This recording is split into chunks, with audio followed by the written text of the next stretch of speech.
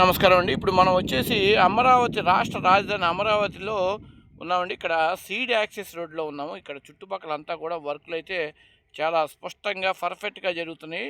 ఈ వీడియోలో మీరు చూసుకోవచ్చు. చుట్టుపక్కల దాదాపుగా ఈ సీడ్ యాక్సెస్ రోడ్డు నుంచి దాదాపుగా 2500 పొక్లైన్‌లు అయితే పనిచేస్తున్నాయి. అంతా కూడా చుట్టూరు గుంటలు తీయటం గానీ, అంతా కూడా డెవలప్‌మెంట్ అయితే పర్ఫెక్ట్‌గా జరుగుతా ఉంది. అంతా కూడా డెవలప్‌మెంట్ 100% జరుగుతుందన్న దీంతోనే మేము ఈ వీడియో చేయటం జరుగుతుంది.